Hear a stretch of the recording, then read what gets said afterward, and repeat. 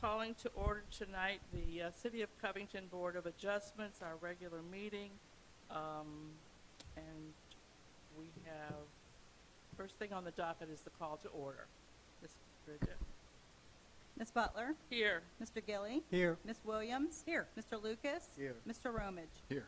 The commissioners have received either digitally or by paper the minutes from the last meeting, and so we need to approve those tonight.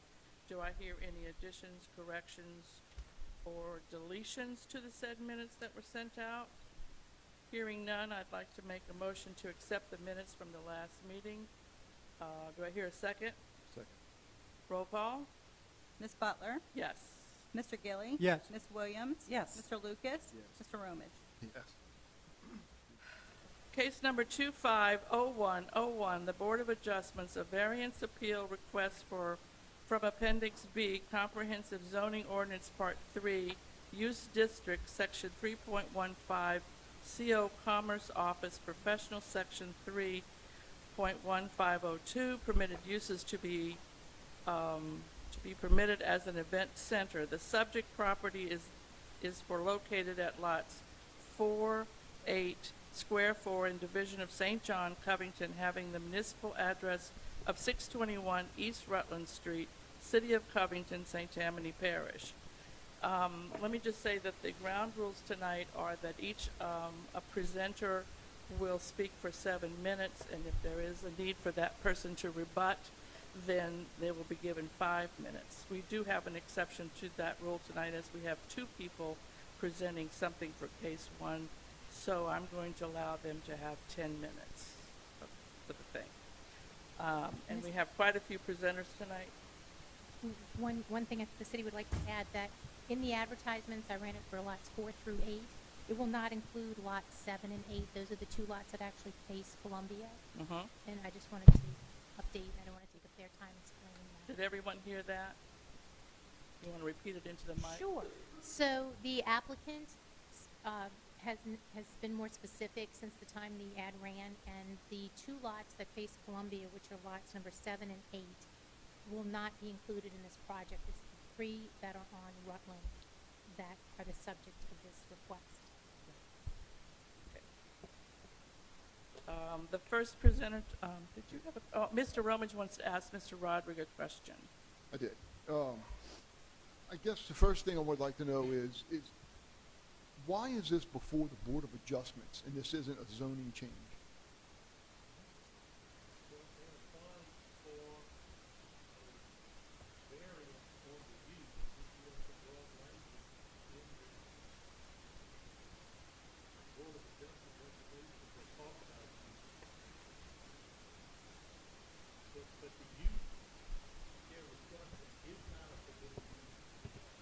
Right. So wouldn't you request a zoning change to get within that?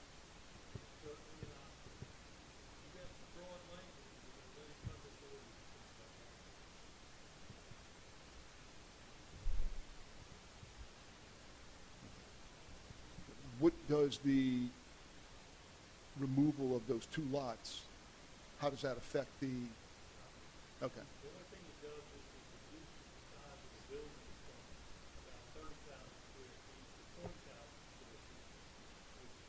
Still, It's still, okay.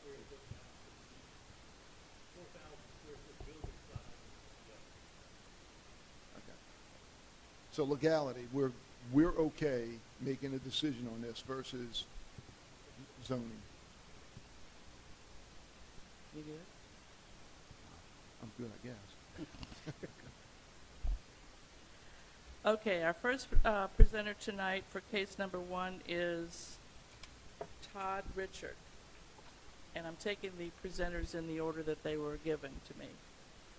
Mr. Richard, would you step towards the mic and give your full name and address? And Bridget will start the clock. Thank you.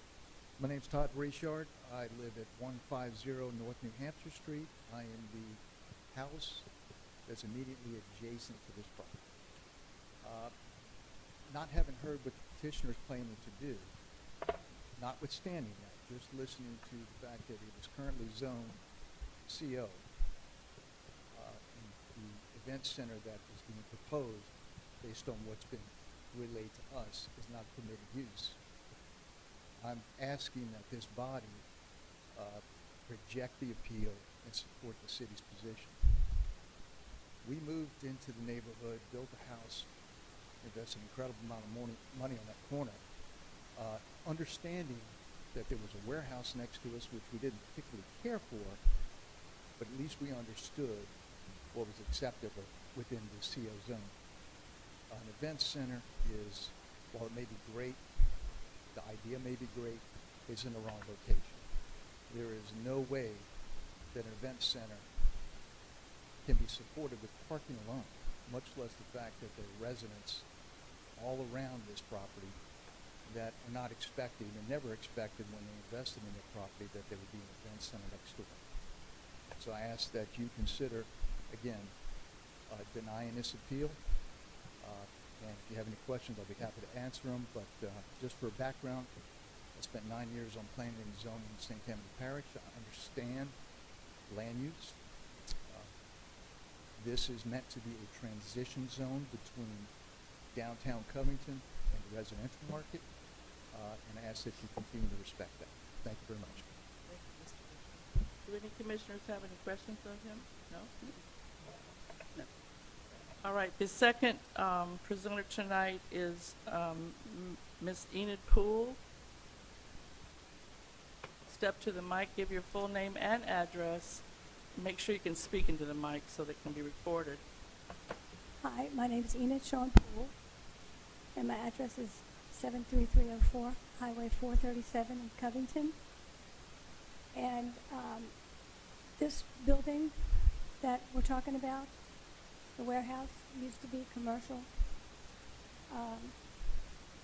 It's been there since the 1940s. It was the original Poole Lumber Company until it moved to Collins Boulevard. Since then, it has been in continual use as a warehouse and has almost totally continually given use, with a carpenter being in there, a cabinet maker, since Poole Lumber Company moved to Collins Boulevard in the 70s. I want to put something in the building that would be beneficial to Covington.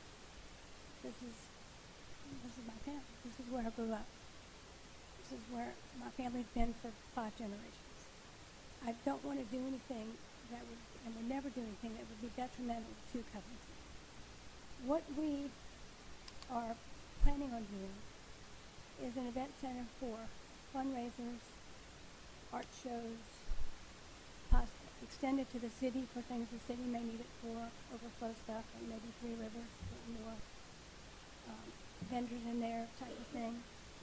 And as far as the parking goes, we plan on using the Adjustmentsl and shuttling people back and forth. The events that will be held there, fundraisers and such, will be on weekends and at nighttime, so the Justice Center parking won't be used for the courthouse. So we can use that, and we've thought about that very carefully, how we can mitigate that problem. Unlike things like Chef's Soiree, Monster Mash, anything that goes on in the park, there's parking issues all the time, and we don't want that to happen. We want to be a good neighbor to the neighborhood.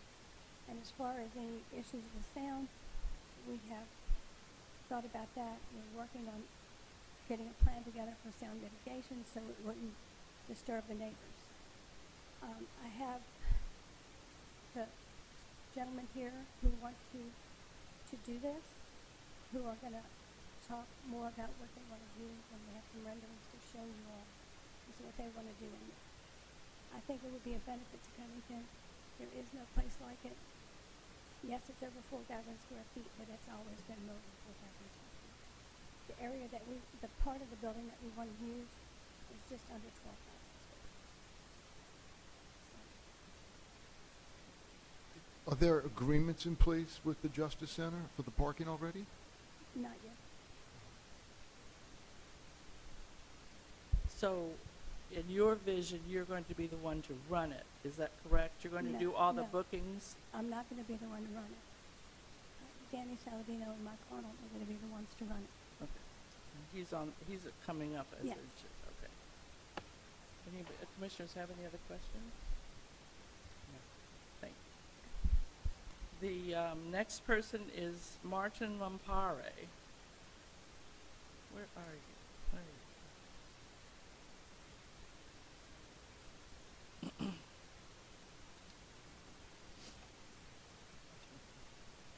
name is Martin LaPerry. I live at 720 East Independence and on an adjacent property. Is it possible for me to delay my comment?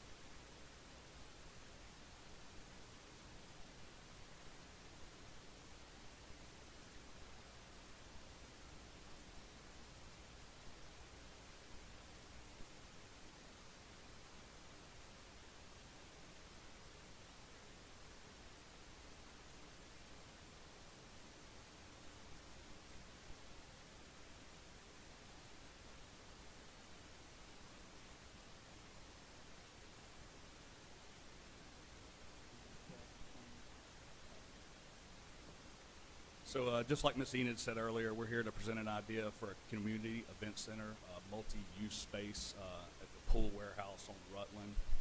We approached Ms. Enid several months back about looking at this space because collectively between Danny and myself, we host multiple events in the community for multiple nonprofits. We work on different TV productions, streaming productions for nonprofits and different things. Danny also has Saladino Gallery, and we're looking to have this as a multi-use event space that can do events, art galleries, runway shows, family events, all kind of different things. And as far as parking, which we brought up earlier, parking is a citywide problem. Mayor Mark addressed it in his newsletter last week. It's not just a problem that we're going to have; it's a problem that everybody has, whether you're a business, an event, or anything in Covington. So we have plans to help with that, whether it's shuttle services, satellite parking. We do it at all the events we host.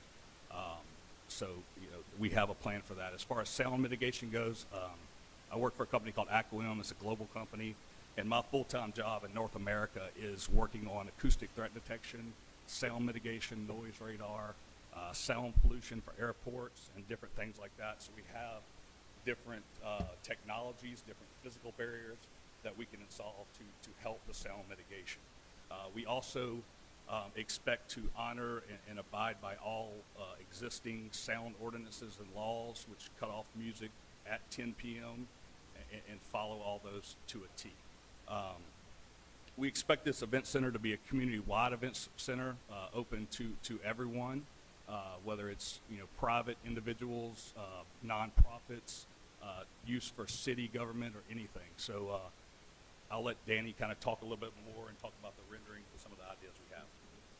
I have one question before you step away. In your vision and given the square footage that we're discussing, how many people do you see could be at maximum capacity for this building at one event? Yeah, the numbers we looked up, and obviously we have to stick to code, but it would be anywhere from between 700 to 850, depending on how that code falls. People? Yes. Okay.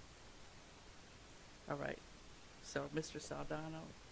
And just to let you know also, we currently host events that have 500 plus people in smaller venues around St. Tammany Parish, so this is not something that we're not used to and dealing with at other places. Do those venues have parking lots? No. That would be the Southern Hotel. We do some in Folsom, so there are some that do and some that don't. But our biggest events do not have parking, and we shuttle people in. I need you to speak into the mic since you're a little bit soft-spoken.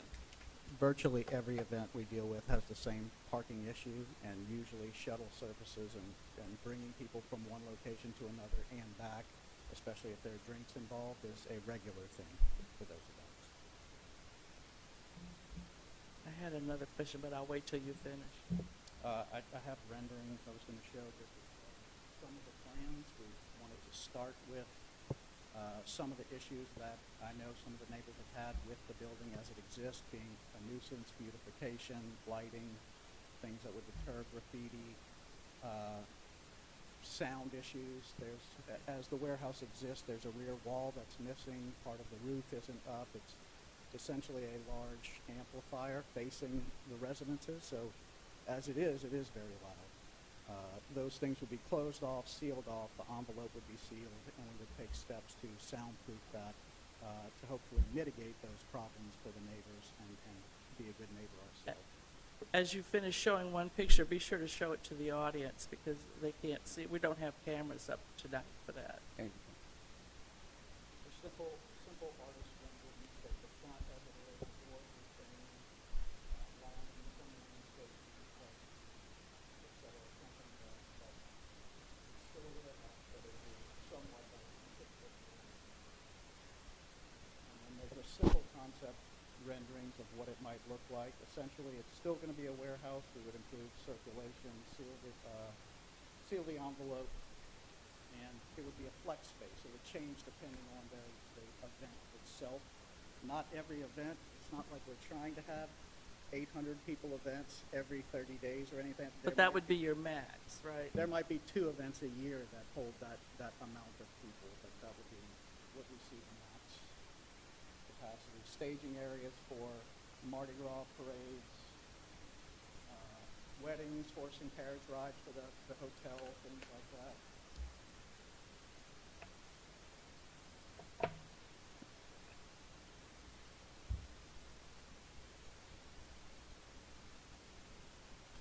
Art events, exhibitions, things like that. We work with the St. Tammany Art Association. I have an art gallery. Big arts community, a bigger space would provide more space for those things to thrive in the area, and it's an active community without spaces like that, without large spaces.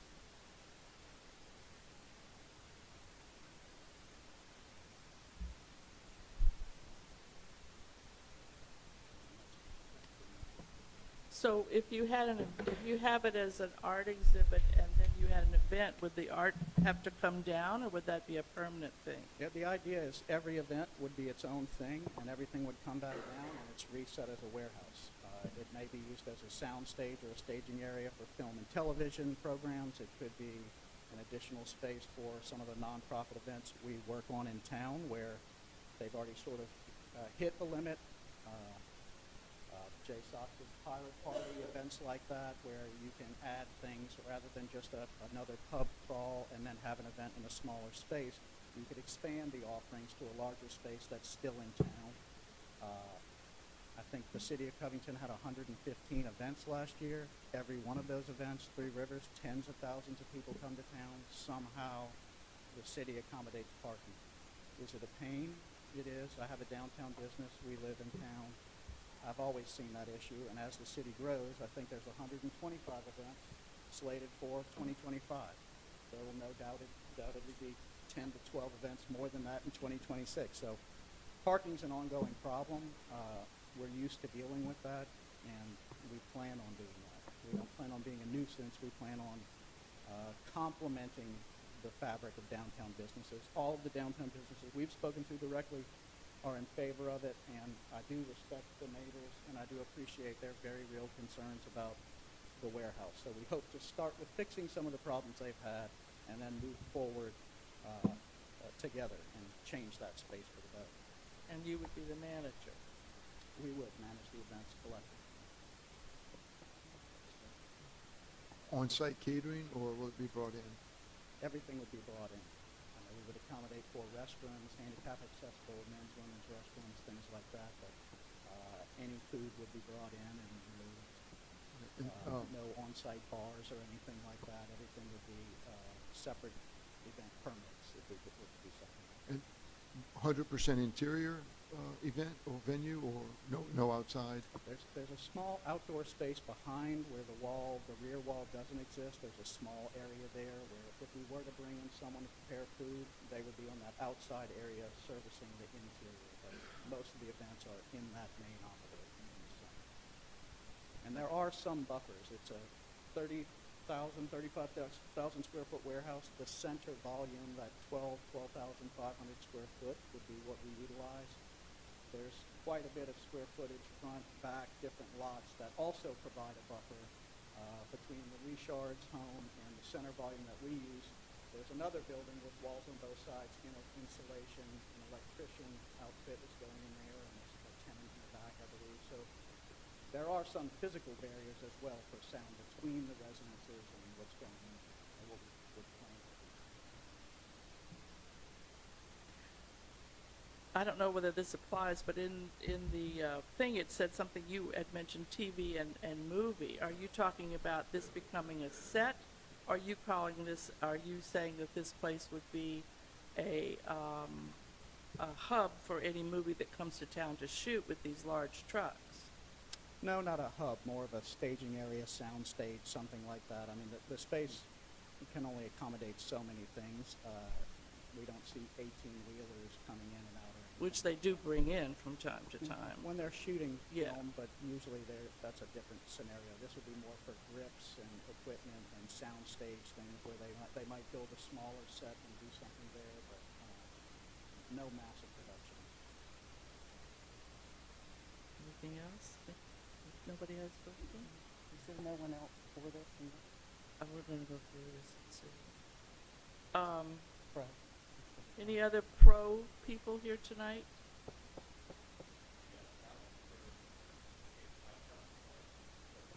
Wait a minute, let me see here. Oh, here it is. You were the last. I'm sorry. So pro, you can go ahead now, and then we'll go to the others. Alex Perigee, 549 Solitude Way, Covington, Louisiana. I'm a little bit confused about one thing, and that's zoning. The building is zoned as a warehouse, okay? And it's been in continuous use as a warehouse. And I think that there's no reason in the world why Enid can't have a warehouse and have events at her warehouse. I can have events at my office. There's no rule that says that that's improper. She can continue to use it as a warehouse for art all she wants. She can invite people to come in and see the art. She can host parties there. All of this strikes me as within the current permitted use. Now, Rod this evening indicated that, some of the zoning language in our system contemplates various permitted uses. And I get that that's totally possible, maybe even likely in any zoning scheme. But if the zoning use that's permitted is warehouse, that's as broad a category as I can think of. And it's been a warehouse for, 100 years? A long, long time. And I told Enid when she told me about this, I don't see that you need anything. To me, a warehouse is a perfectly good place to throw a party, not a big deal.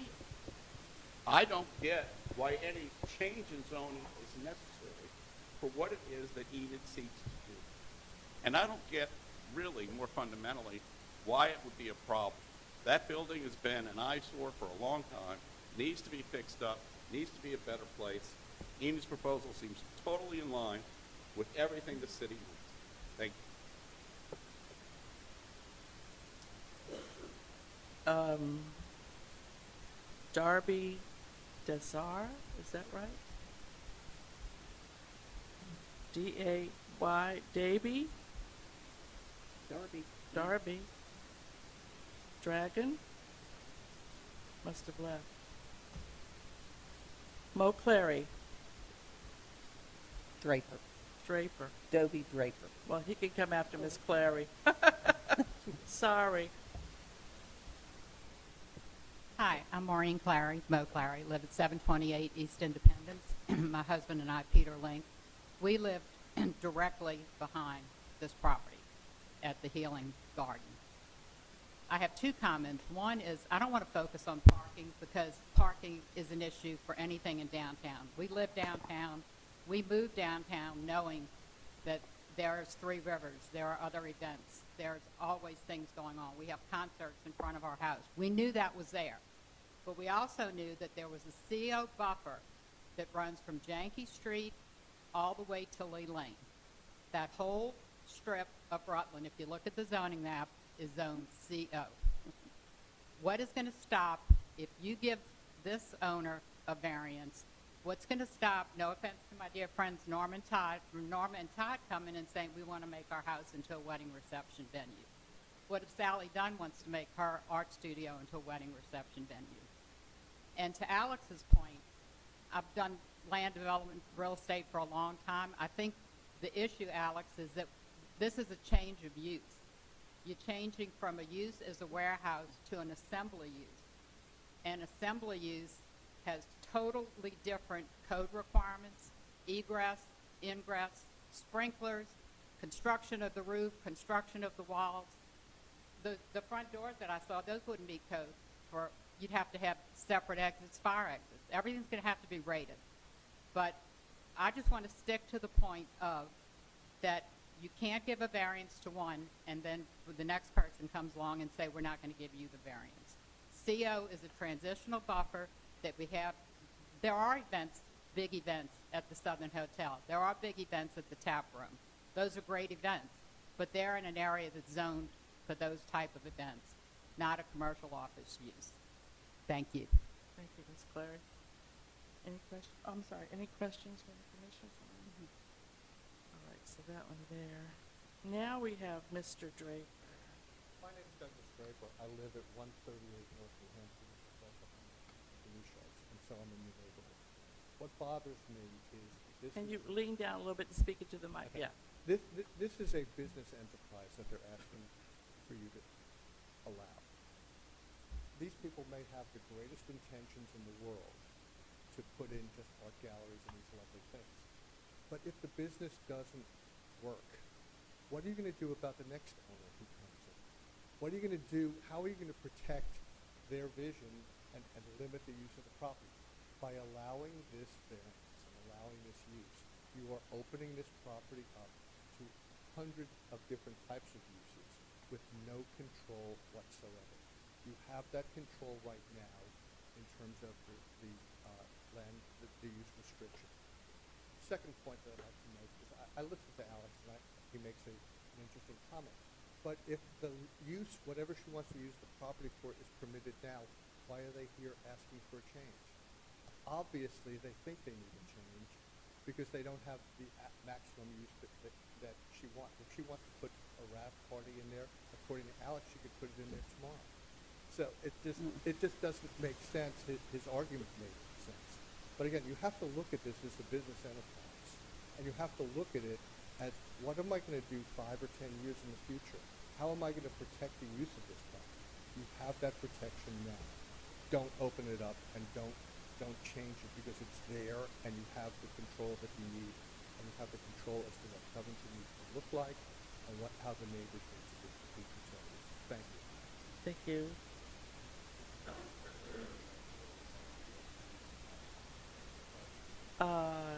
Yes, but you have only 5 minutes. I won't need one. This Kramer makes a very eloquent point about why are they here if they don't think that they need the rezoning. Fact of the matter is, Enid never discussed it with me before she applied for the permit for the variance. I don't think she needs the variance. I think it's good that we're here having this open discussion. I think it's a real positive thing. But I think she can do this in the current zoning of warehouse. I do. I wonder what Rob would think about that. I don't know. But I think it's a perfectly valid. Can we wait till these people finish and then we'll let you talk? Is that okay? Michael Hunley.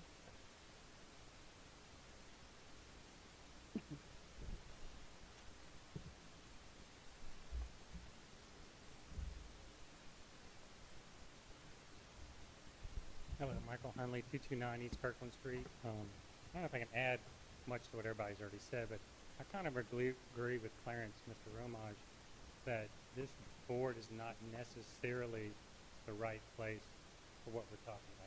This really is a zoning variance, and I know the Board of Adjustment is for variances, but it's really for variances for small things that the zoning ordinance or the code of ordinances can't really deal with, hardship, setbacks, things like that.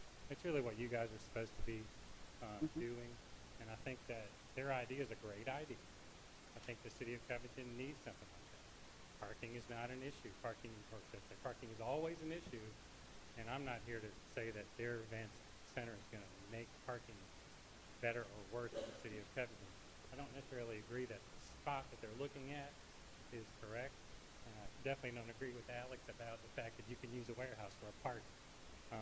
There's many, many, many codes and ordinances and laws that prohibit that, especially with the number of people they're talking. That's pretty much all I have to say. Thank you. And now Mr. Lampari can come.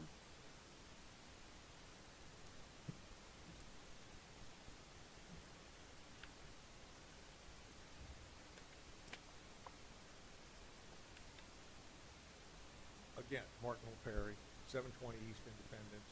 I'm an adjacent property. There have been some eloquent statements in opposition to this. I am also opposed to this. I don't see any reason to chew up time repeating what my neighbors have said. But clearly, it's the wrong place. And if indeed it's zoned C0, it ought to remain C0. That's all I have to say. Thank you. And now Mr. Rodriguez. To summarize what I believe to be the legal question before you, the property is unequivocally zoned CO. CO envisions small medical, dental, or retail space. Warehouses are not only a not permitted use in CO, warehouses are a prohibited use in CO. The only potential validity of Mr. Perigine's argument relates to the concept that a warehouse may have been grandfathered because it was a warehouse when Pool Lumber Company was in operation. Pool Lumber Company went out of operation at that location, I would venture to guess, over 30 years ago. Grandfathering is lost in 6 months non-use. So I don't believe the warehouse argument flies. But on top of that, a warehouse is not an event center. So event center is a different category under auditorium type use, which is not synonymous with a warehouse. So I think the issues before you are the use as an event center and the fact that the maximum allowed building for non-residential use in CO is 4,000 square feet, and their intended use is approximately 12,000 square feet. So I don't believe the analogy from Mr. Perigine is correct. I have a question. I haven't heard a hardship yet, and that's what we're here to hear the hardship.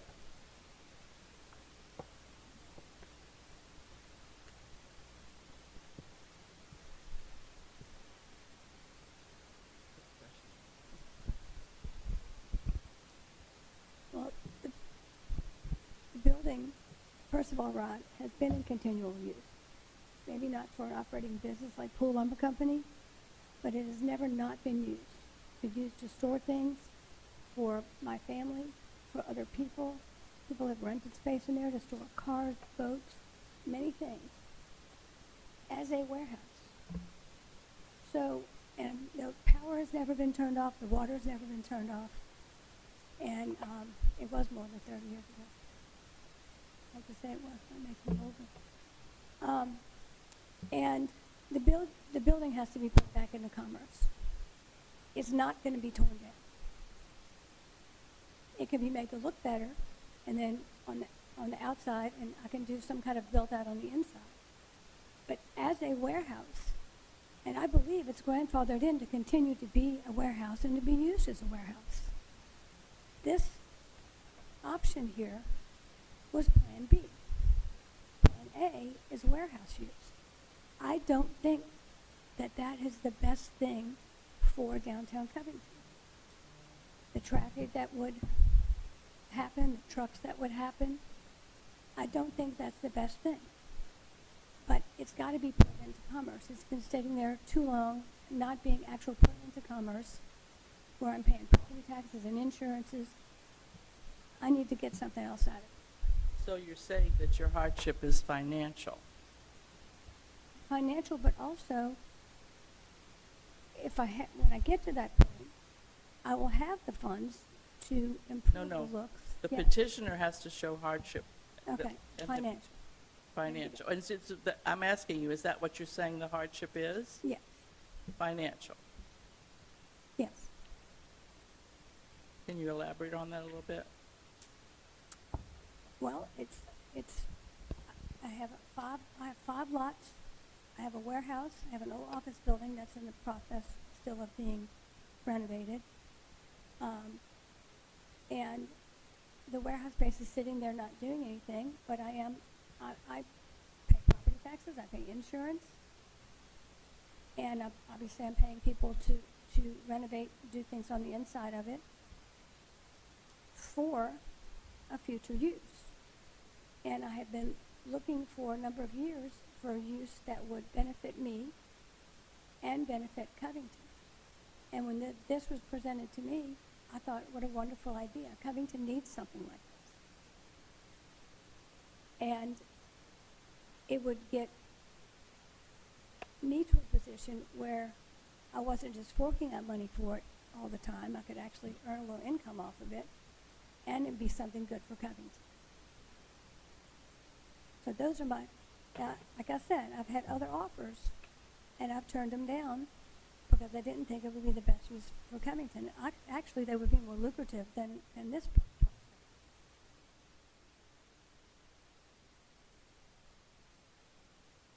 Thank you. Do you have any other questions? Any questions? I'm just looking at all the uses that are allowed, and there's a list this long.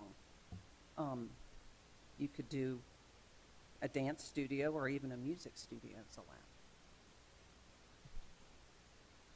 When Nikita told There's me, a lot of options. okay, Thank you. You have any final comments, Mr. Rodriguez, to help us with this? I know. I'd like to make a motion. All right. I'd like to make a motion that since there's no proven hardship, this looks to be more of a zoning change than a Board of Adjustments case, that it's withdrawn from Board of Adjustments.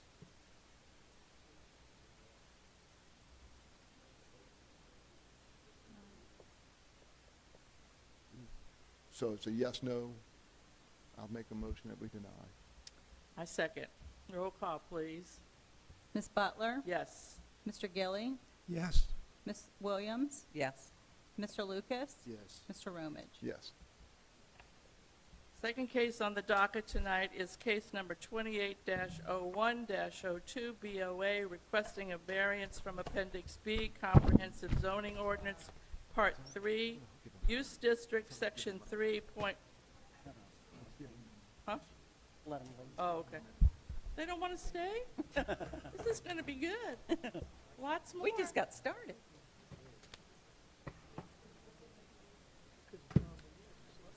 Thank you.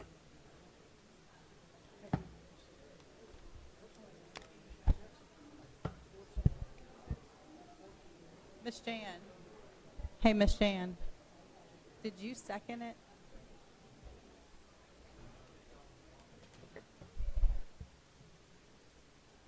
What the hell is this? Huh? Yeah. I couldn't read. Yeah. We're not on tape? We're on tape.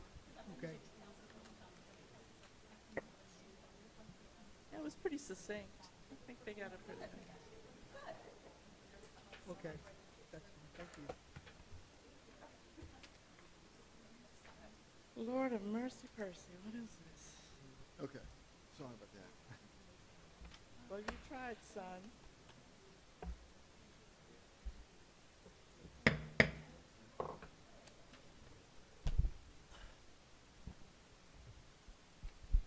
Case number 25-01-02, the Board of Adjustments requesting a variance from Appendix B, Comprehensive Zoning Ordinance Part 3, Use District, Section 3.16 CN, Neighborhood Commercial, 3.1604, Performance Standards, Setback Requirements, and Part 4, General Provisions, Section 4.2, Landscaping and Tree Preservation, 4.208, Street Planting Requirements, and Section 4.210, Buffer Planting Areas, Landscape Buffers, and Street Planting Area due to positioning of existing building structures, tanks. The property is located at the intersection of West 21st Avenue and North Jefferson Avenue, having the municipal address of 104 West 21st Avenue in Covington, Louisiana. Mr. Shane, is this yours? No? Nobody's here? Oh, nobody signed a card? That's them. Oh, okay. You need to speak distinctly into the mic after you give your name and address. My name is Joseph Richard. I'm the owner and principal architect of Architects Plus, 6188 Main Street, Baton Rouge, Louisiana. We're asking for the landscape and setback requirements due to the situation we have with the existing convenience store that's located at the intersection of 21st and also on North Jefferson. I'm sure it's just right around the corner. I'm sure you guys know exactly where this location is. It's been derelict for quite some time. We had my client, went ahead and bought the property, and we're trying to renovate the property. And when we submitted it for permitting, that's when we were told that we weren't allowed to grandfather it in because it was out of power for so many months, so many years. So one of the things we're asking for on the rear landscape, which is, I believe, 5 feet, we want to be able to keep the building where it is. Demoing the building to get it 5 feet away from the property would be problematic for not just my client, but for the neighboring properties when you try to demolish a building that's right on the property. Also, it's going to affect probably the foundation. We didn't do any exploration to find out what the foundation is doing 5 feet away from the property, but in my experience, it could affect the foundation.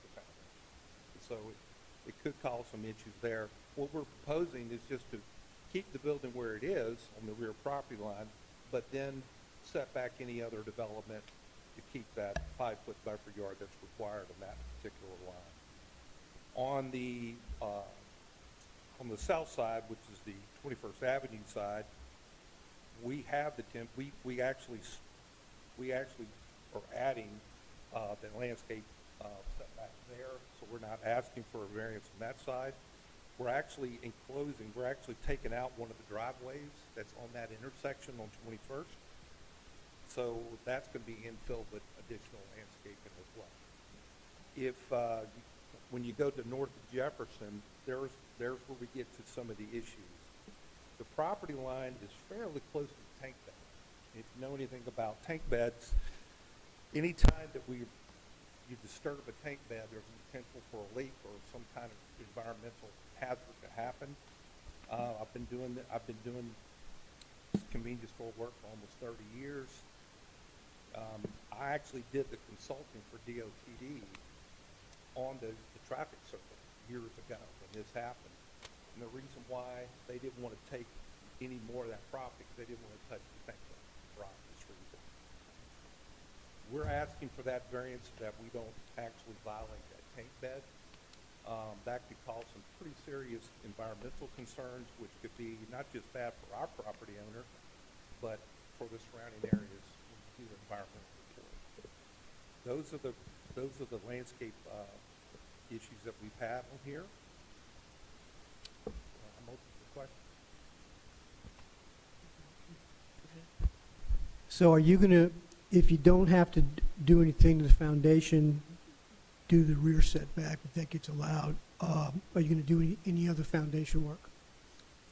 We are going to, if you know the building now, it's got a little jump on the left side of the building if you're looking at it from the front. We're going to infill that where the cooler space, so you can have more walking and reaching to it. So we're gonna add the foundation to that. So that'll be, that foundation is designed to be independent of the existing foundation. I thought, also, second question, I thought the documentation admitted something that technically the front of the building is on Jefferson? Sorry? Did the documentation say that the front of the building is technically on Jefferson? It's facing, it's facing 21st. Right. Avenue.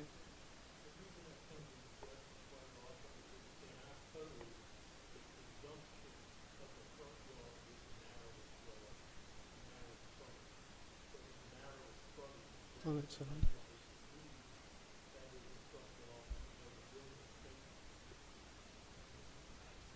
Does that change any of the setback requirements at all, that it would then be, because is on Jefferson now considered, the setback considered for a front, not a side? What if it were?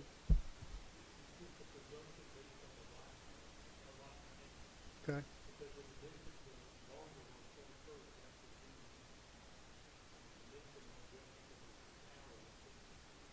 Front, but if it were notionally changed, would the setback on Jefferson still be an issue, or not? You see what I'm saying? If you change the entrance, you mean? Well, technically, we're saying notionally, the front for setback purposes is considered Jefferson. If you notionally change it to what it really is, the front is on 21st, what is the setback requirement? What would the setback on Jefferson be changed to? Would it still be 10 feet? Would it be 5 feet? You see,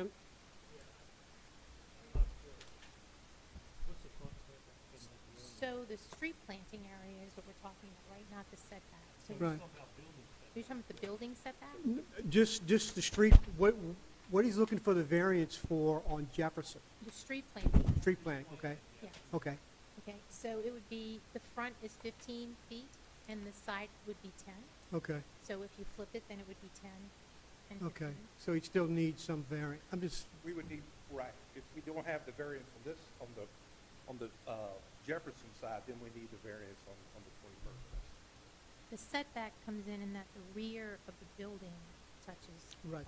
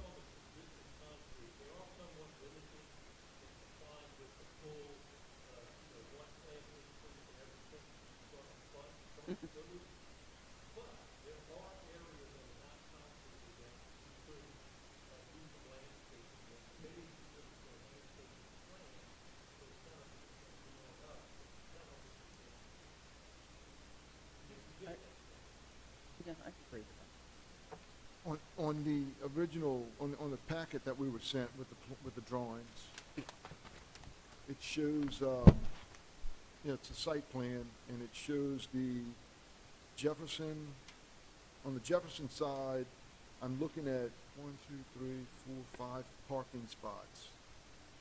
And it looks like a buffer line cut straight through the middle of the vehicles. That's correct. So is that the buffer we're also asking to, That's the buffer that we're asking the variance for. the variance for? Correct. If Okay. if you look too, it's where our See? tank's located, it's, Yeah. Right, we're in that same area as well. right. Yeah, and when we submitted for the variance, we also said in our letter that the owner is willing to add additional landscaping that may be needed to offset as an equivalency. We're also suggesting we're gonna put a privacy fence to add some little bit more privacy to the private, The multifamily. residence behind it. Rear. We actually suggested that Taking in away the the plan. package. Yeah. Since this building has been empty for ever so long, I had a question about, it's my understanding that it was basically closed in 2013. I believe it was closed before then, but that doesn't matter. When was the last time EPA looked at those tanks? That's what I was gonna ask. That's a very good question. Since we bought it, we had the tank tested and, By who? The EPA? yes, and, Department of, DEQ. I'm sorry, DEQ. Okay, I thought Not it was EPA, I'm DEQ. sorry.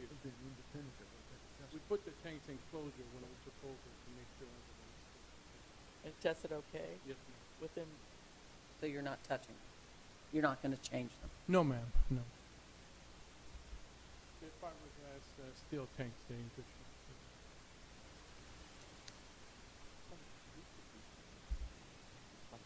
So if we can't, if you were denied the landscaping buffer on Jefferson, what would happen?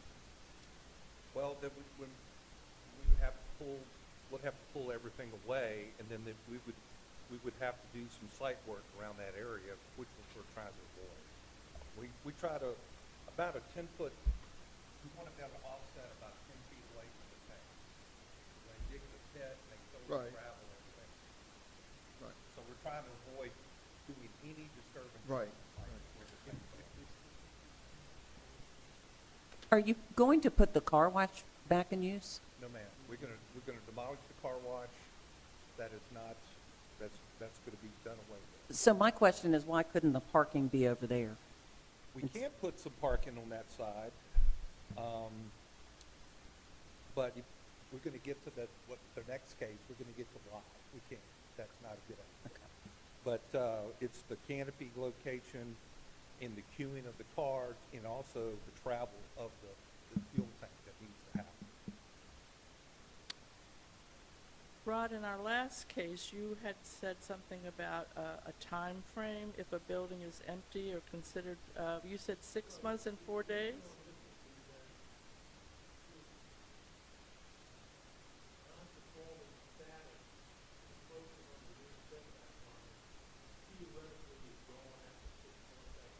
So nothing can be grandfathered in, is that right?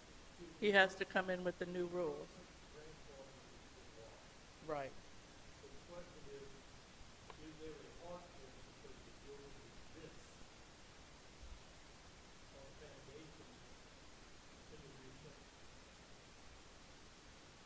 Repeat to me again what you said about there might be some foundation problem in the concrete. Well, if you think about it, when you try to, we would have to cut 5 feet away from the back of the building, right? So the back part of the building, that's where the main load of that building is gonna be. Half of it's gonna be in the back, half is gonna be in the front. Okay? So when we take that out, that beam, that footer that's underneath the ground, that's gonna have to get removed, and then you're gonna have to demo a little bit more of the building and re-pour that. But because you have an existing foundation, that connection to the existing slab will never theoretically be as strong as if you kept it intact. Because you have to rebar them together, but if there's any kind of differential settlement at all, it's gonna shift and it can cause trouble. And doing the demo itself, you're on the property line, so doing any demo itself would require somebody to be on the neighboring property, and there's danger of something falling on the neighboring property, which we try to recommend against it. Therefore, the variance. Yeah. First of all, this has been an eyesore for years, right? Everyone agrees with that. I don't have a problem with granting a variance on the building. What I have a problem with is taking away the green space, the planting for parking spots. Well, we're not taking away green space, we're just leaving the curb where it is now. That's what we're doing. But because it wasn't allowed to be grandfathered in, we have to add another 10 feet, which means we would get very close to those cones. Was it ever considered just scrapping the whole thing? Was there ever an alternative plan? In terms of a different type of use, Another building, to take down the building you have now and put another one in? that was discussed. Where it's coming off.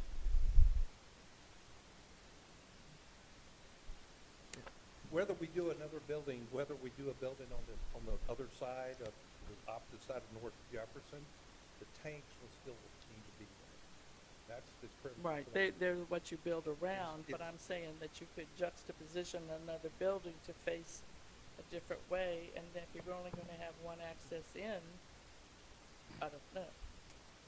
Yeah, I mean, we have discussed it, but there's where the existing driveway is now, after the The one on traffic circle. 21st, I'm sorry? the one on 21st. Yes, ma'am.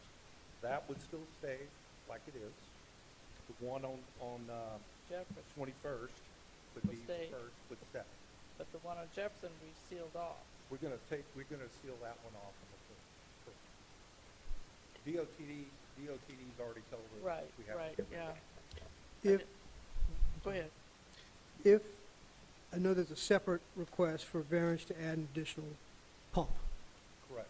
If that is not approved, does that open up the other side for parking then instead? The tanks will still be the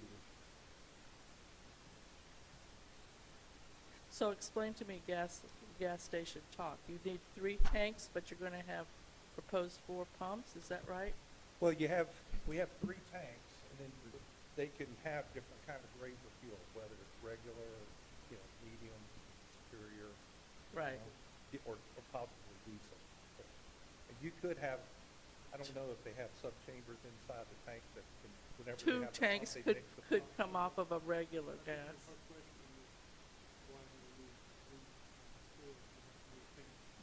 Well, Doesn't matter. we wanted to have those as 2 different cases. Oh, because okay. one I'm is- sorry. One's not really related to sorry. the other. Okay. Okay. Yeah, go ahead. Stand to the mic. So, when you have four pumps, you're able to move the car, like pump out more out of the tanks. It's just the pump that's coming out, whatever product you press. It's not the tanks, how many tanks you need for each pump. You're using the same amount of tank, but you just have more pumps, and you're able to move more cars faster instead of jamming up in the parking lot. Yeah, I was gonna explain the reason why we were asking this variance pumps. That's the reason. Yeah, well, we have to deal one at a time. Yeah. Any more questions? Mr. Romer?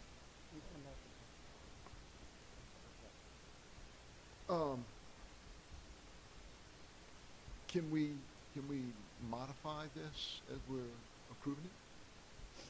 So I'm okay with the back setback.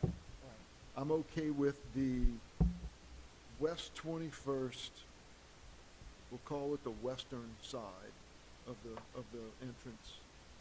I'm okay with all that, but that corner from Jefferson and on down, right from the edge of 21st and on down Jefferson, that setback, I mean, that just, it just needs something there. It's not, the buffer,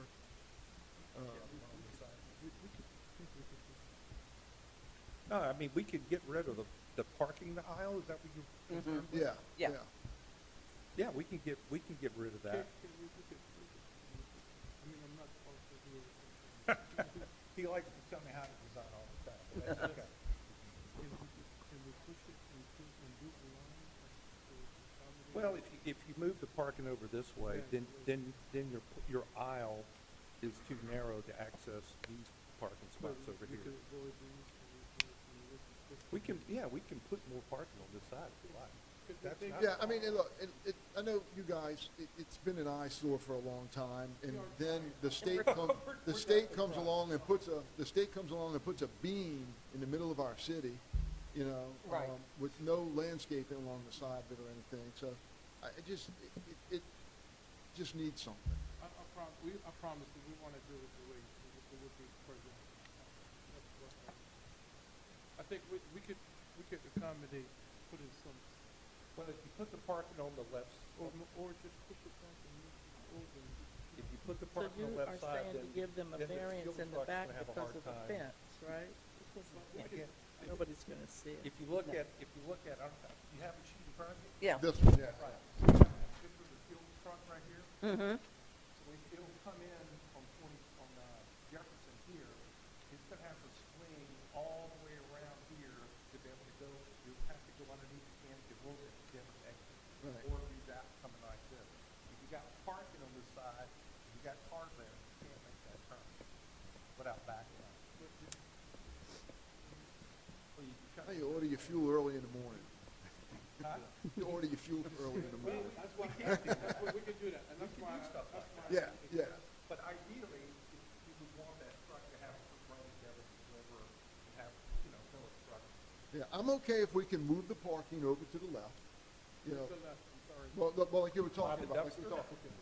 And Where the- where the, shuffle that uh, line off of Where the Jefferson. car wash is now? Yeah. Right. And we can move where, I think something like that. Well, Yeah, but because the dumpster now Yeah, is, we could flip flop where the dumpster is. Put an enclosure around the dumpster, you will, yeah.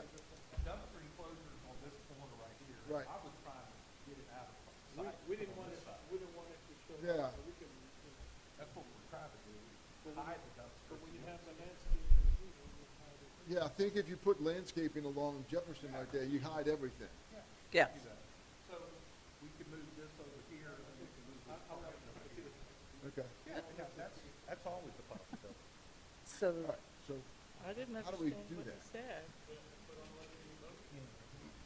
okay.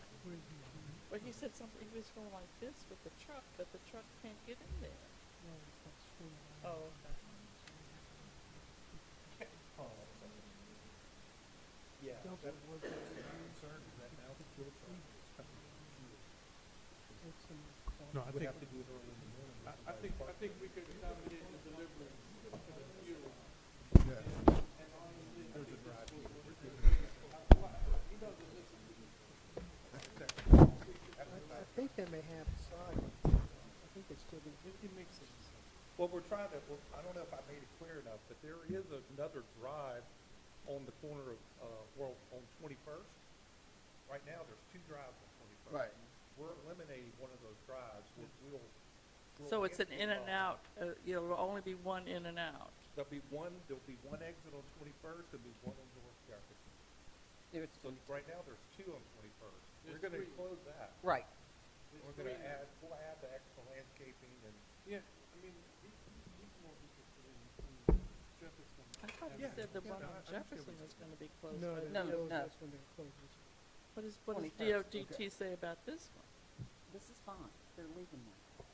Did What D- we're- did what- DOTs we say have that to you go- could we kept still the one gotta on get formal Jefferson? approval from them. They, That's the process we, we'll have to go through. we was okay, me and them agreed on what they did here, because there was, they had, they didn't know what, they did something wrong with the whole action, and then we went back and forth.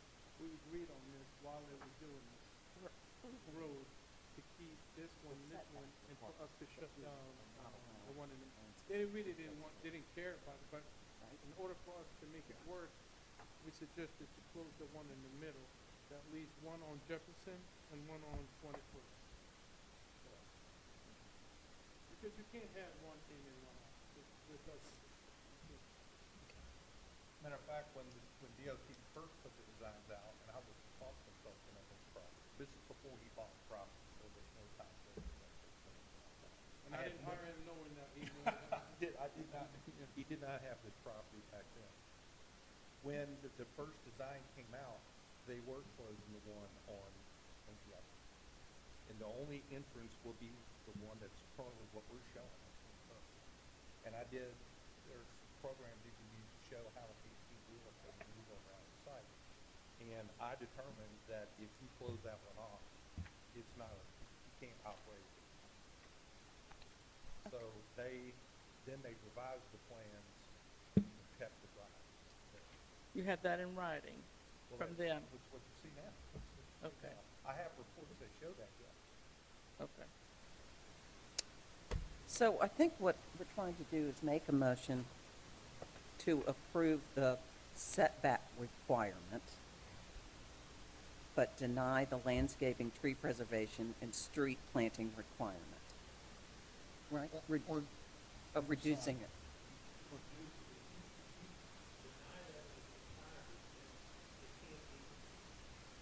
Right.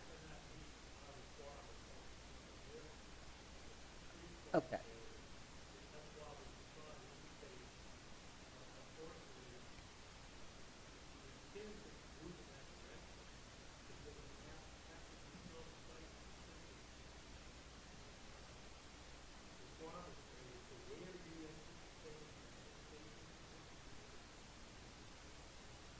In the motion. In the motion. And we're not opposed to adding more landscape, more trees and more landscape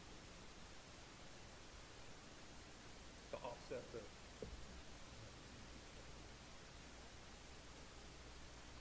We're gonna be able to accommodate more landscape with removing the pole line.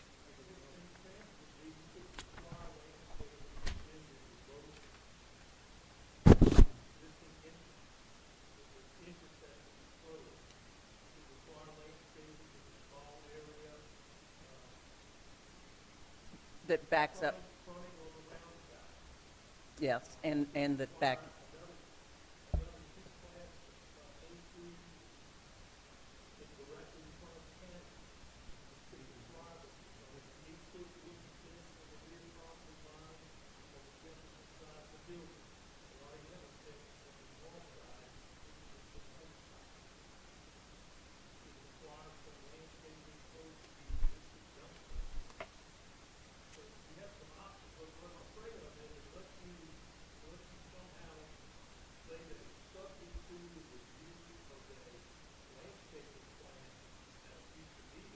That's what I thought. Yeah, I think that's the best thing.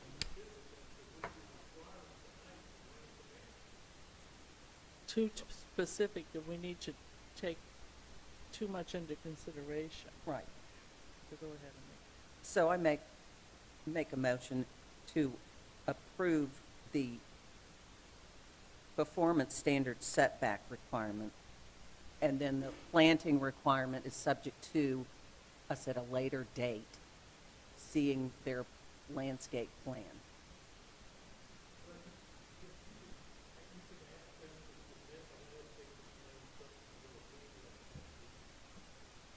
I like that one better.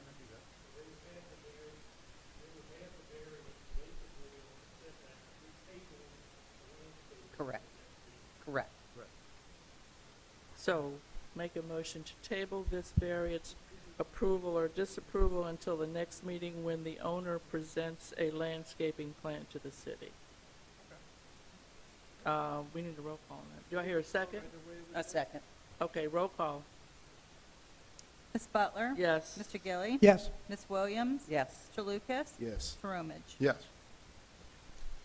I guess you stand up there while I read the next one.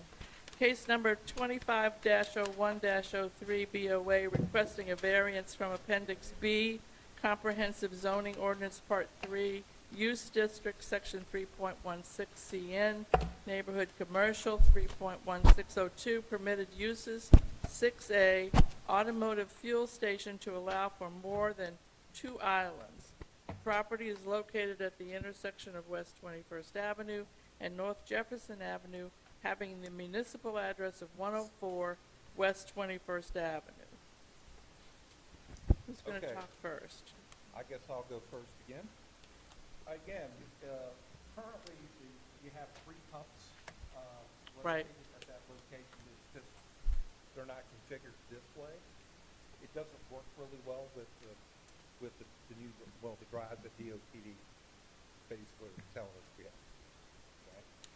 So this is the problem we have with just having 2. Currently, because we're not grandfathered in, that the way I was told, and the way I understand it, is that we can have 2 landscape items, which really means 2 pumps, which means 4 fuel. You can on either side. Problem with that is fuel. So if you have only 2 pumps, then all it takes is 4 people to pull up, which we're anticipating a lot more people than that to be able to pull up here and fuel up. And what people are going to end up doing, they're going to pull in, if you only got 2 pumps, they're going to pull in and they're going to wait. They're going to wait in line. They're going to wait behind that guy or that girl. Okay? And then it starts stacking up, and all it takes is 2 cars. All of a sudden, now you're in the intersection. If you allow more pumps, that gives you more options. And also, which I don't know, it's a pet peeve of mine, but if somebody will fuel up the pump, then they decide they want to go get some Skittles in the store, they just keep their car right there and walk in. They don't pull that to another spot. So now other people will wait. So if you only got 2 of those, that the percentage of or the rate of stacking behind the fuel pumps goes exponentially up when you go beyond 4. Okay, when you go 3 or below, that queuing goes way up. If we do 4 with this particular size store, with the amount of traffic we predict on this, we think we can have reasonable queuing, so it kind of eliminates or helps prevent the amount of cars waiting in line to get fuel, and doesn't block traffic going around the site or trying to come in or out of the site. Right now we have 3 pumps. We're asking for 4. Ideally, you want 5, but we wanted 5. It's something else. When you say 3 pumps, are you saying 2 cars a pump, 1 on either side, or just 1 car per pump? It'll be 2 cars per pump. So that's 8. 6. Right now you have 6. So you have 6, 3. and they're asking for 8. We're asking for 8. Well, but you got to remember, the ordinance says we can only have 2. Yeah. And it says 2 islands. It says 2 islands with a maximum of 4 Two multiple islands, product but if you would have dispensers. had 2 islands, just because if you had them this way and this way, you could still have, what are we asking for is 4 pumps. So we're not asking for what more than what would have been adjusted, but the reason we can't have them 4-pack, they call 2 in the front, 2 in the back, is because then you eliminate where you're going and where you're coming. So it makes, this is more as a dive-in where you come in and you stay. You can use the restroom. People will go in there and use the restroom. And then peak time in the morning and the evening. More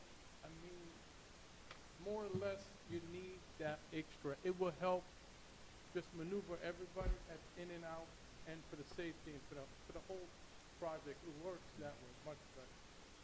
What we've experienced is if you don't have enough pumps to meet the traffic demand, especially at first when it opens, you're going to see people queuing, waiting, and then they're going to end up backing up into the intersection or right at the drive, which is where the turning circle is, which makes it even more dangerous, in my opinion. I think Have you seen the traffic at 3 o'clock? It stops on 21st.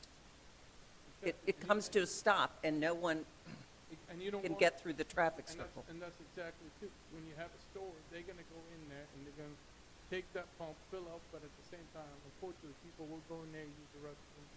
buy something, leave the pump, and we'll tie up another pump, then you'll have more stack to the outside of the straddle. The more pumps you have, the less chance you have of it keeping. Then you So- got them in and out. What's gonna be here besides a gas station? Are you- Convenience. But It's just like, It's a brother's convenience store. He sells fried chicken. His fried chicken's pretty famous in New Orleans. I don't know if you've heard of it, but, well, I think you were rated the #1 fried chicken provider in New Orleans. I think not, I think But, not.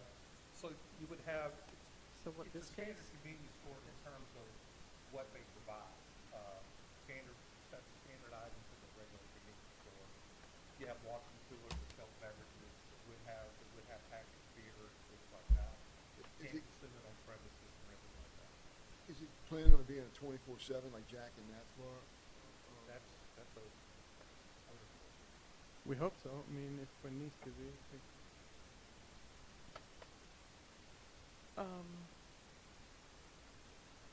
I don't understand, Which is obvious. what studies did you do to say how much usage these pumps would get? We're not talking about a station on the interstate here. Right. correct. We're talking about a neighborhood gas station that may or may not. Right, there's traffic counts that are made, and it's just, there's somebody out there just counting costs, that's all they're doing. And they'll wait till like peak hours in the morning, they'll do it in the afternoon, and they'll do it. No, I'm talking about usage. You can say that all these cars go by, but you can't say any of them are gonna pull into your station. No, of course not, but we hope so, but you can't. More You're than likely, competitive. they estimate that 5 pumps will be very adequate for that, Right. for that location. Right. We are asking for one more because we just said, okay, will be okay. They actually was laid out as to be a 5 pump location. And if you look at it, as long as it's been, I don't know how long it's been closed, but when they did build it, they built it with 3 pumps when things wasn't that busy back in the study, when they did that stuff. And they were doing okay. And for us to keep it branded as the way it should be, it should be 5, but we asked them for one more. Yeah, but way back then when it was used, it was one of the only games in town. Right. You know, what kind of gas are you gonna carry? Sure.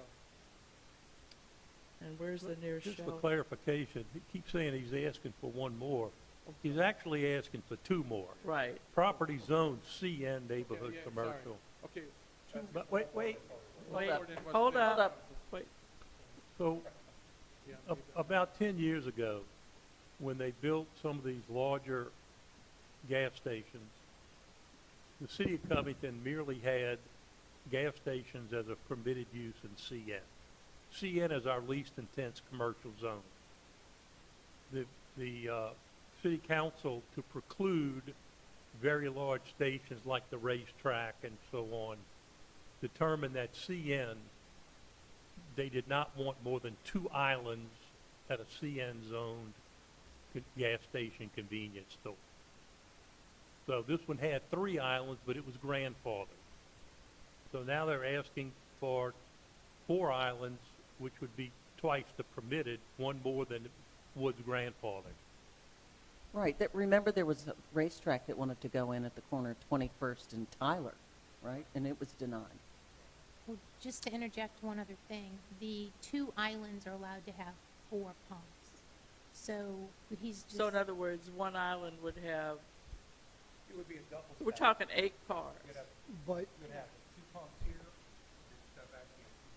Right, I've seen, yeah. Instead of doing that, you take a race because of the shape of the site, we'll just ask them to take those 4 and just put them all. so it's basically a single pump island as opposed to a double. No, we still have it.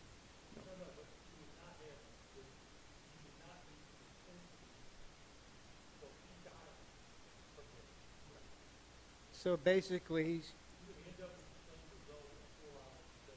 Yeah, same number, there's a permitted number of pumps, but it's just spread across 4 islands rather than 2 double islands. So we're not breaking a rule. So the way the ordinance is worded, you could do a double stack of 2 pumps, That's why but we can't do a single stack of 4 pumps. I why we really chose to go back to 4 instead of just saying 5, because then we really trying to break this, what, Right. asking you guys to go over. This is just the configuration you want to do is makes it 4 islands. Right, but it's still four. Yes. Still, yes, yes. Is it? Yeah, Okay. it's only gonna be 4 pumps used on either side. How many nozzles? Eight nozzles. Which is 8 cars. Right. But it says 4 dispensers. It's okay. It doesn't sound that clear. It could have been just With a one. maximum of 4 Which you multi-products. normally Oh, have an okay. island like this with 2 pumps. Right. And he's wanting another one. No. What he has is a single. So rather than 2, So, like You're it sounds actually like gonna we have- should do 8 The way you guys wording it, I don't want to correct you know it. what I'm saying? I have It's an really You would normally have 2 pumps. one. with I'm four not. machines, full of 8 now. Okay, so, but he's asking for this. He's asking, he's got this. Right. He wants, so basically, just to get himself, It's still in I there. want to say the zoning is written Yeah. wrong, You know, but it I'm says gonna- island. Yes. I'm not sure. Okay, Yeah, Miss Jen, yeah, yeah. I don't want to I'm not trying to be. I'm trying to just get this worked out. When we read the other thing, it says by island. In reality, I only have one island, and I'm only asking for because you really the way it's written, it's kind of vague and it leaves it kind of all kind of ways. So we only went with the 4 because if you would have went with the rules that you guys asking for, you still would have 4, and we're only having one island because it needs to be recorrected by you guys because the way it's written, it's a little bit kind Well, I think it stops, the way it's written, it stops someone from coming to us and saying, hey, I've only got 2 islands, but putting in 6 pumps. yes. So that's why it's written like that. Exactly. So it's just the No, and that's why I'm saying, interpretation. and we really trying to just say, okay, look, this is how you will. Correct. You Correct. intended it on meaning it, just give me that one extra one. Okay. Does commissioners have any other questions? We have another speaker tonight for this case, or petitioner. Thank you. Thank you. Nicole Kahn.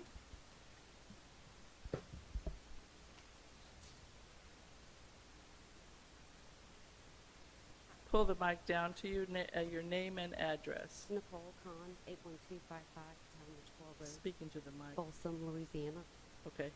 I was just concerned with the area, he was wanting to add more islands, dispensers, fueling units. And he was saying it was gonna back up if he didn't. Well, it worked before, it was there for many years, and it worked just fine. So why add more and give it more bulk? Just keep it as is and keep the, It's hard for me to remember, I guess I shouldn't say that out loud, what it was like before the peanut went in, and was there a stop sign there? I can't remember. Stoplight, Red light. okay, yeah, so Stoplight. you had the ability to flow and ebb without taking your life in your hands and going into a roundabout. Is there anything else? no, that was I just wanted You're- to, it yeah. worked before. Rod, do you have any final things you want to say to us? The commissioners have any comments? Anybody? You want to say some last thing? To accommodate that extra stuff, we are removing the car wash, and that will kind of space up the whole thing. It will not, You're going to have cars that'll be able to park there and just go get chicken. yes, and then we will be, they always did have like a restaurant in there, so I don't think we are gonna make it a lot bigger on the wise, because the car wash had the drive-through in and out, Yeah. and then you had the extra out, so we're actually gonna make it more spacious. We're not trying to take the whole property and use that, it's gonna be way spacious. I think when I first moved here, though, there was no convenience. It was just an Exxon station with Right. just Yeah. gas and maintenance. That's all there was. So when you look at Full it, service. Full service, yeah. so when Check you look your at it, oil. you have the big generator and everything on the left-hand side of the building. Is that, all of that getting cleaned up? I mean, Yes, sir. So I'm all sorry. that's- Yes, sir. okay. I think the last thing I had to ask was, so you bought the property, and have you done any investigation? Have you had people walk through and say, well, this is gonna need this, or this is gonna need that? Is it really Yeah, how long was your inspection period when you made an offer on the building? We actually was trying to buy this property for a long time, and for almost maybe, it just took forever. It was so many hung up. It was in bankruptcy, and it was kept going around. So we had inspected it as soon as it was shut down, and just after, and the last maybe, been following the property for the last maybe, I don't know, 5 years, but it's, yeah, we did. And it's a solid building. It's built really, really good. And the tanks are really good. In fact, the canopy is well put, not even a rust on it. I mean, it's incredible. I mean, they did have some, like roof, things that they were doing, and they had some, like maybe like rotten wood that was that, but really the building, it can't be more solid than I ever seen. It's a center block building.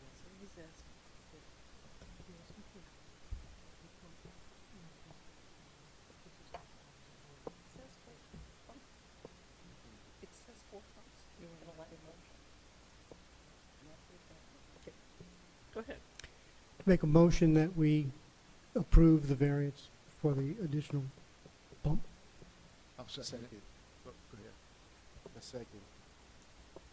You got that, Ms. Bridget? Yes, got it. Ms. Butler? No. Mr. Gilly? Yes.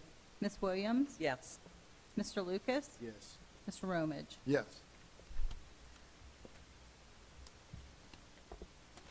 All right. I just think it's too much traffic where it is.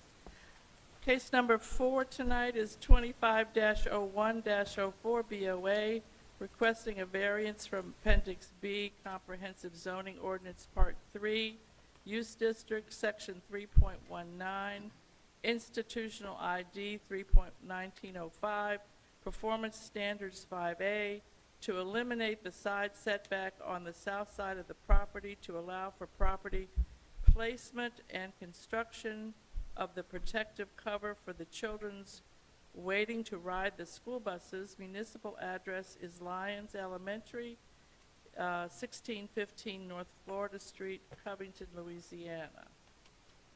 And Mr. Shane, step to the mic, give your name and address. Yes, good evening.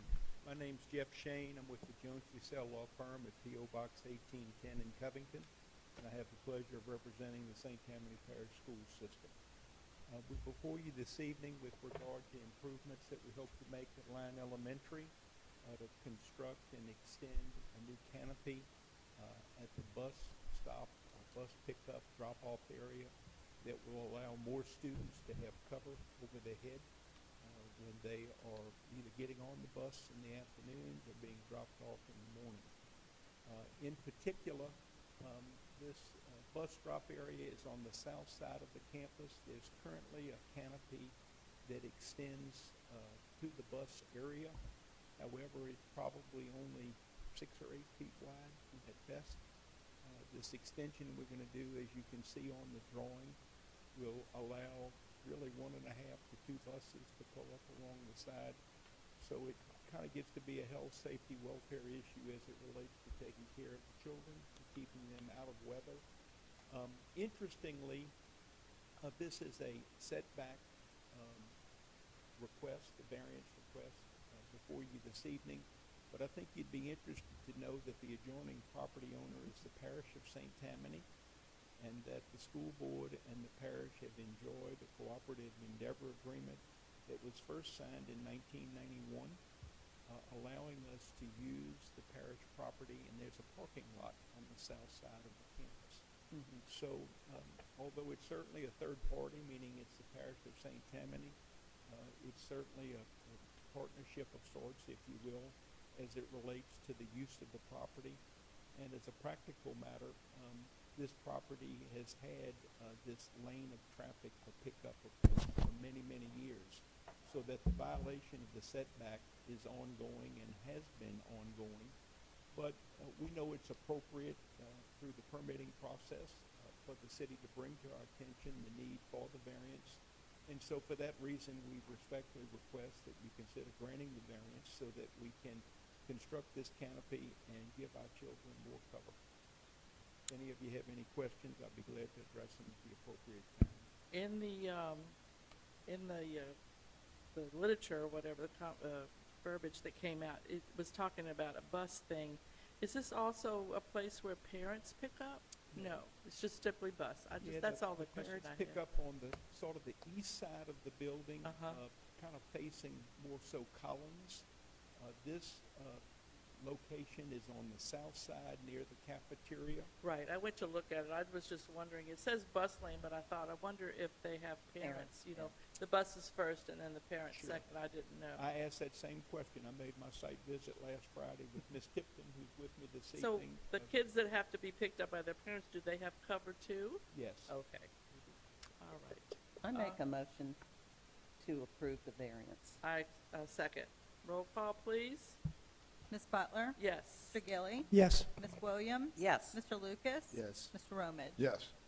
Case number 5, 25-01-05, the BOA requesting a variance from Appendix B, Comprehensive Zoning Ordinance, Part 4, General Provisions, Section 4.2, Landscaping and Tree Preservation, 4.208, Street Planting Requirements, and Section 4.210, Buffer Planting Areas, Landscape Buffers, and Street Planting Area to improve parking areas.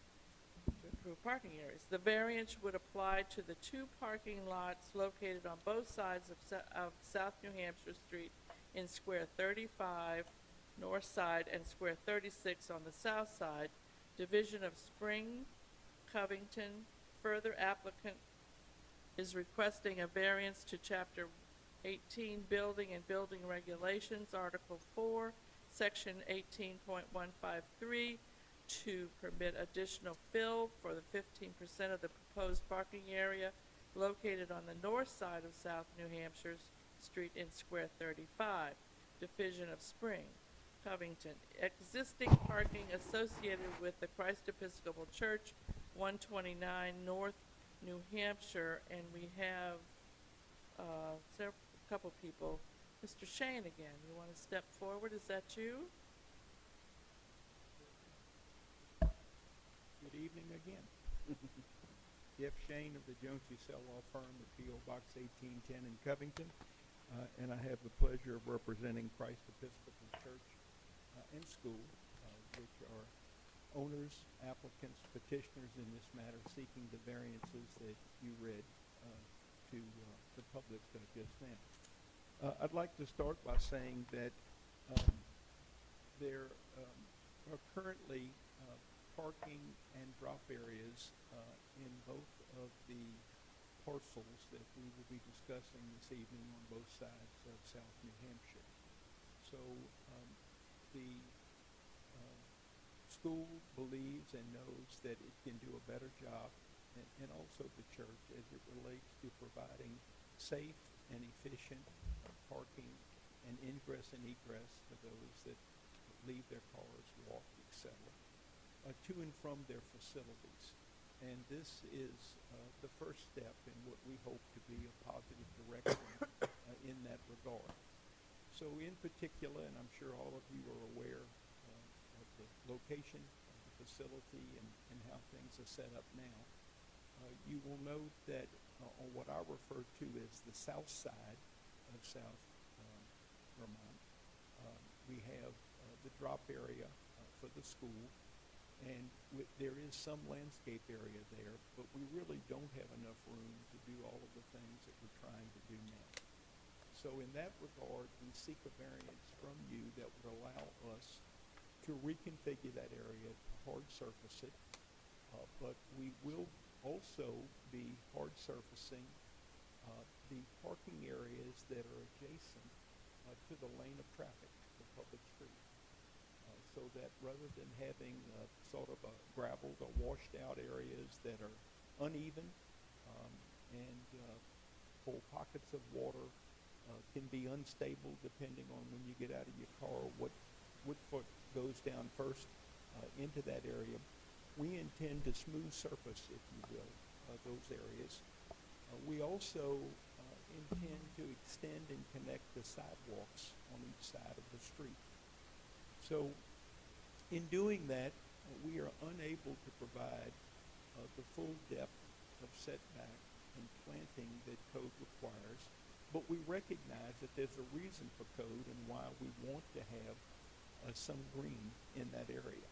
So as Mr. Hunley's letter suggests, and I'm sure that's in your packet, we intend to put in a hedge type greenery that would provide some greenscape so that as you drive through the corridor, that area, if you will, there will in fact be more greenscape than you see today, and it will be on both sides of the street. So that sort of addresses, if you will, the setback and planning buffer area variances that we seek from you.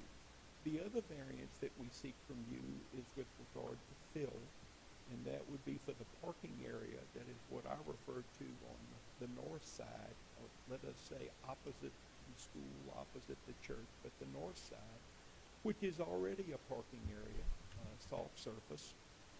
But what we intend to do is to build up only about 15% of that area, and we want, again, to hard surface that area as well, so that we can have a nice, smooth parking area that would be not only conducive for parking for people that are using the facilities of the school, but we, as much of your discussion this evening on some of the other cases, we too are sort of in the middle of the mecca of all these wonderful events that go on in downtown Covington, particularly, let's say, at the park, but also overflow from other things downtown.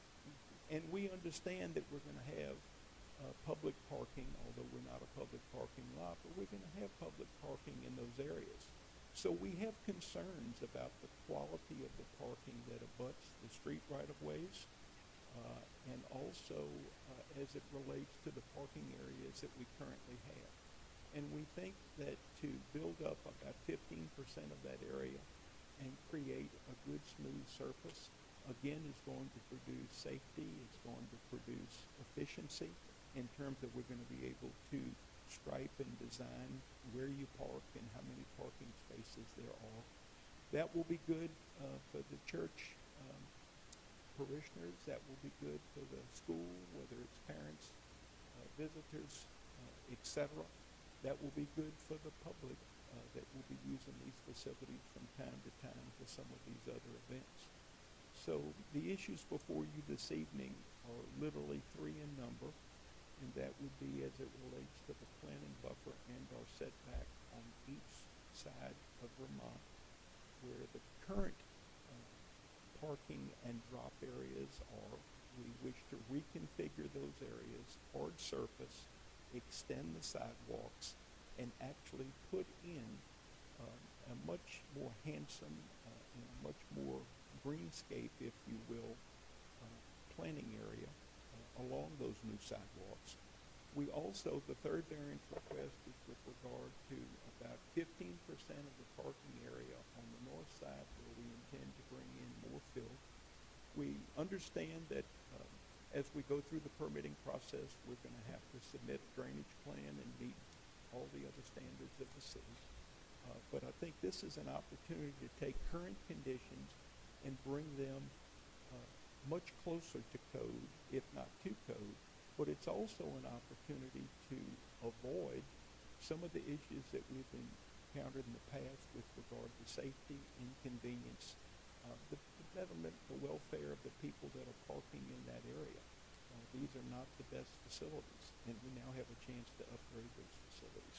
So we respectfully request that you consider granting the variances that we seek this evening, and I'll be glad again to address any questions you may have at the appropriate time. I have a few too. Go ahead. Okay. Is Michael still here? Mm-mm. Oh, there he is. What's that? That's okay. Come up. Can you come up? We have another person to talk to. Just a couple of questions regarding the fill in the parking lot. Is the parking lot curved? Is it going to be, how's the water going to be retained? So, I mean, I don't have something to point to. Okay, so this is the percentage. So what's happening, we got a topographic survey of the lot.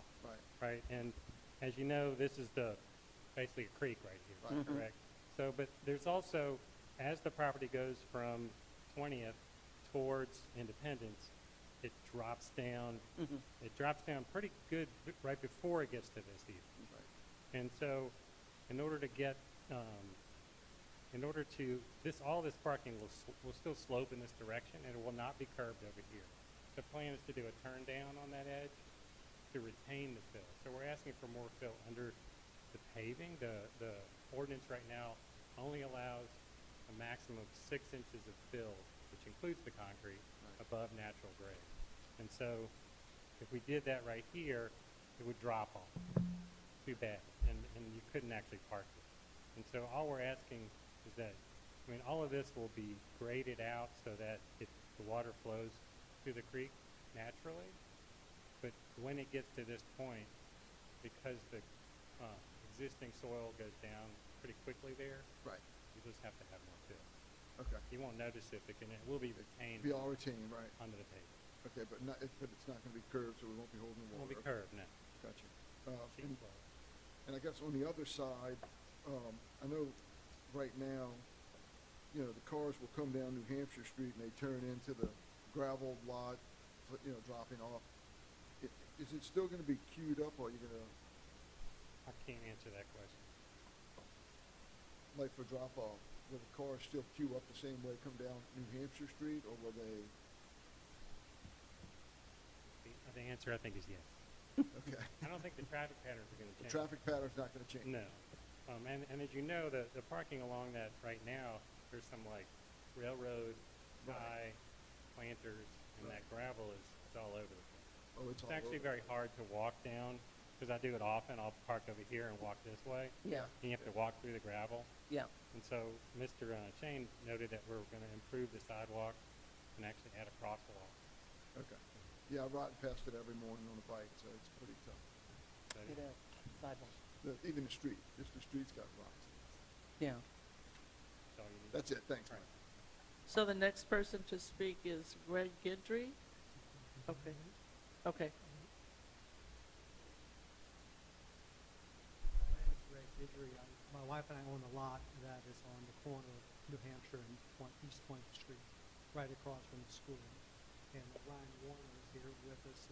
Well, he's currently living on East 20th, right across the street from the school. We plan to build a home. But I'm here in favor of this proposal because it's really going to allow them to no longer park the bus on East 20th and be able to park it on the other side of the street in the parking lot. That bus really is way out in the street and actually would inhibit an ambulance or a fire truck from getting to the homes that are down East 20th and around the corner. So I think that would be a big improvement in a safety thing as well. And I was glad to hear about the sidewalk being paved because it is difficult to walk. It's just limestone, but it's difficult to walk through there. I think that it's a very good thing that they're going to extend that sidewalk. So you're for it, right? Yes. That was going to be one of my questions, whether or not the neighbors had been surveyed and stuff like that, and I didn't know. Mr. Gilly. Got a couple of questions. What triggered the change in parking? Triggered it, yeah. The church was in a position to move forward and make these improvements.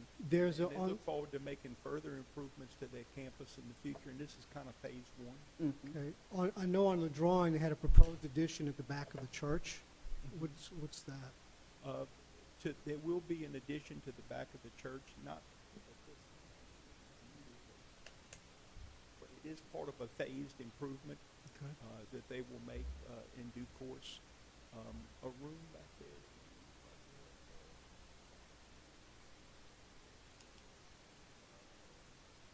So not actual congregation, but more support, I guess, services and opportunities for the church.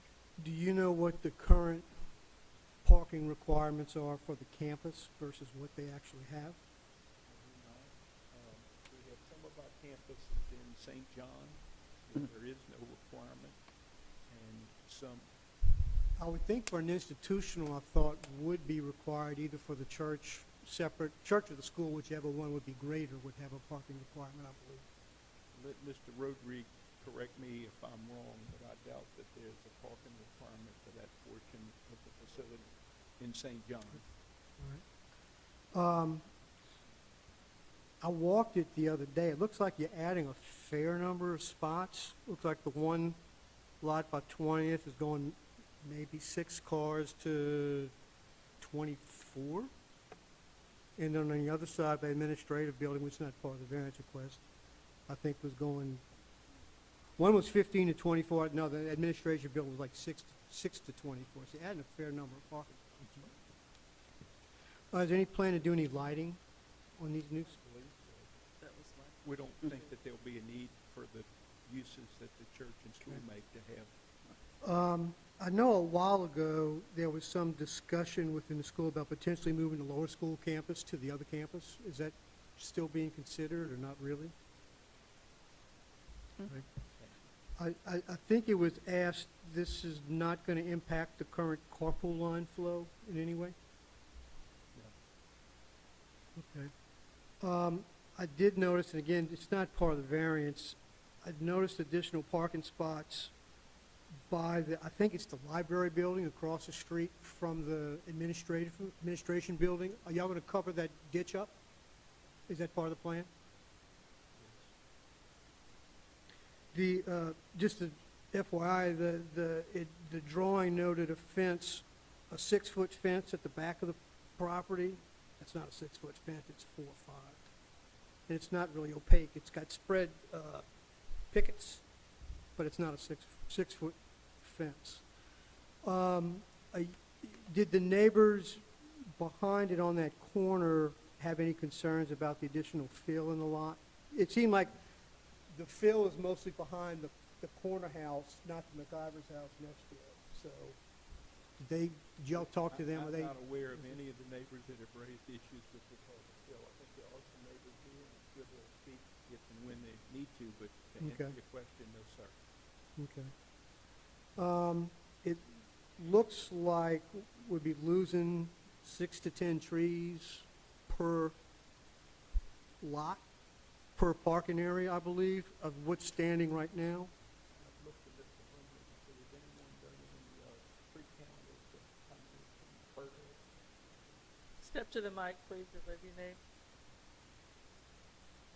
Bert Vivek, 1326 South Yankee Avenue, vestry at Christ Episcopal Church. You need to speak into the mic. We had Randy Altman come out and do a tree survey on this property. He is a licensed arborist. The trees that would be coming out are not of a protected species. We had done with permit from the city of Covington. We had done some preliminary land clearing just so that we could get in there to do the tree survey and make sure we were accurate about it. Right. If you all desire a copy of that tree survey, I'm sure we can get it planning and zoning to get it to you all.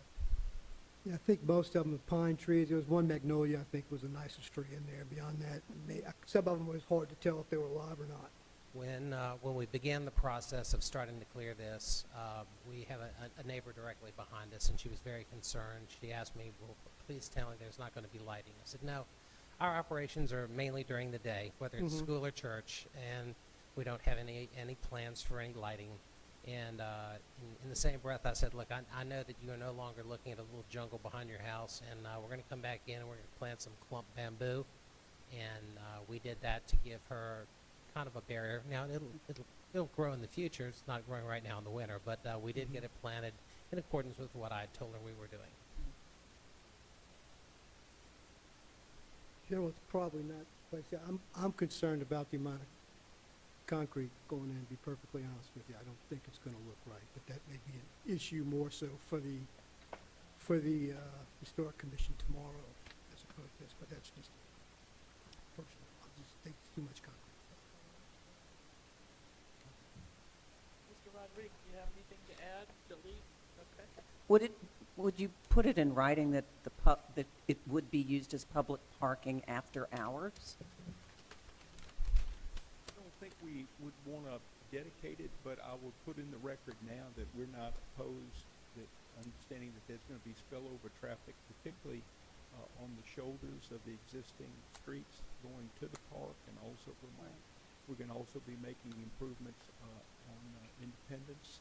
So we understand that those, we're gonna be doing things that will be in the public right of way, and we fully understand and expect those to be used by the public. Because you know that St. Scholastica keeps part of it, part of theirs chained off during most events too. Did you want to speak, Mo? Hmm?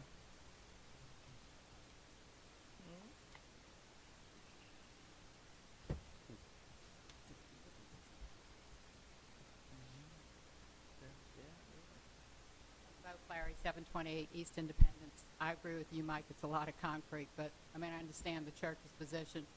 My concern is adding those parking spaces along Independence, alongside the administrative building on both sides. That's a blind corner. It's a very blind corner, and I don't know who ultimately approves that. That's the city. But I think having parking on both sides of those streets at that corner, with the traffic that comes to get to school and to get to church, and then to try to have an entrance off of Independence into that lot that drops way down. I don't even see how you're gonna do that. That's a big drop, right? How would that be built? As you know, that's not a part of the variance. No, Right. No, but I wanna make sure that the issues don't get crossed. Muddled, But yeah. it's a great point, a good question. So when we get to the point that we seek to do parking on both sides, we recognize we're gonna have to make a proposal to the city, we're gonna have to get permission. Engineer for the city's gonna have to look at it to determine, are there safety issues that are being created, by what we're trying to do. We hope that's not the case, but we understand that's fair game. Again, we're trying to help the situation, and we certainly don't want to create conditions that would create danger for anybody. So, That was one of the questions I forgot to ask. I didn't know if Christ Episcopal had bus service or not, so I guess they do, huh? The buses are currently, they were on the side street. I think they've been parking them, at least in the evenings, at least one of them is in the lot by 20th. It's not on not on 20th anymore back there. I would also say in general, I mean, I live in the area. I don't go around there in the middle of the day. I'm not working town, unfortunately. But it just doesn't seem like, it's a lot of spots, and I understand, but it seems as though even when there's church, there's not a lot of overflow parking elsewhere in general. And the other thought is just when I look at it, and again, this is probably more for tomorrow, our ox lots are all more natural looking than this is going to be. And that's just a concern, and I'm telling you that right now. Hopefully I'll make the meeting tomorrow and be able to voice the same concern. I think that's a monetary reason that why the ox lots aren't paved, because it's expensive. So, And it's safer to get out of a car on a paved surface. And if you wear heels, certainly better. so do one of the commissioners want to make a motion, please? I'll make a motion to approve. And do I hear a second? Well, could we make that subject to us approving the planting scheme, since we did that with the other? But At the next, no? Well, this one's all submitted. It's all, we have the plan in front of us. Not a schematic of what they're gonna plant. Trees. Oh, you want detail? Yeah, Okay. do you think?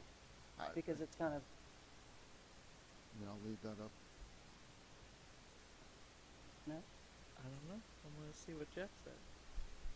you would like to see a planning plan for the areas that we're gonna plant?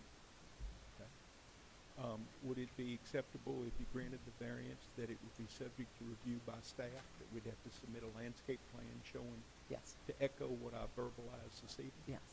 May I understand Subject that? to, Yes, right. that'd be fine. We'll, put Is together that okay, Rod? Okay. We'll put together a detailed landscape plan showing the types, and proposed height, things of that nature, so that you'll see what those greenscapes will look like on each side of the street. Wonderful. And we'll submit that to staff. Right. Okay, so motion to approve pending approval of the. Subject to. Subject to staff's landscaping approval. Correct. Second. Did somebody second? No, you did. Okay. Roll call, please. Ms. Butler? Yes. Mr. Gilly? No. Ms. Williams? Yes. Mr. Lucas? Yes. Mr. Romage? Yes. Before I adjourn the meeting, I'm just reminding that the commissioners found at their places tonight the ever-present reminder that it's 2025 and your ethics training is due, I think, by February 28th. I'll get That- back with y'all on that. Yeah, due date. yeah. That being said, hearing no other business, meeting is adjourned. Oh, man, I didn't look at They my. should have snacks for these. Tell beer. I purposely didn't look Yeah, at my make sure watch. you bring snacks and Thank you. Thank you.